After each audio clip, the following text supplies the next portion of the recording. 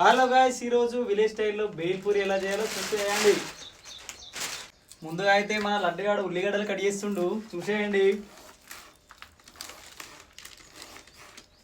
ఉల్లిగడ్డలు కట్ అయ్యే వరకు అయితే మనం పేలాలు అయితే పోసుకుందాం. పోసేర్ చలో.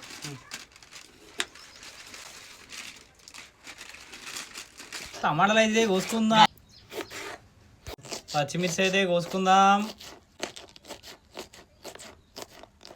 కోసుకోవడం అయితే అయిపోయింది, అన్నీ అయిపోయింది. మనం బేల్పూరి ఎలా తయారు చేద్దాం చూడండి.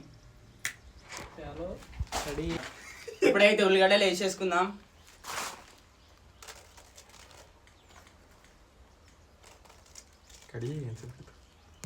ఇప్పుడైతే ఉల్లిగడ్డలు వేసినాం, ఇప్పుడు టమాటాలు వేసేద్దాం.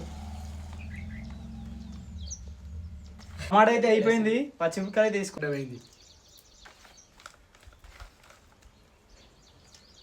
ఇక లాస్ట్గా అయితే నిమ్మకాయలు వండేసుకుందాం. ఉప్పు, కారం, మసాలా. ఇప్పుడైతే ఫైనల్ టచ్ చేసేద్దాం, కలిపేద్దాం.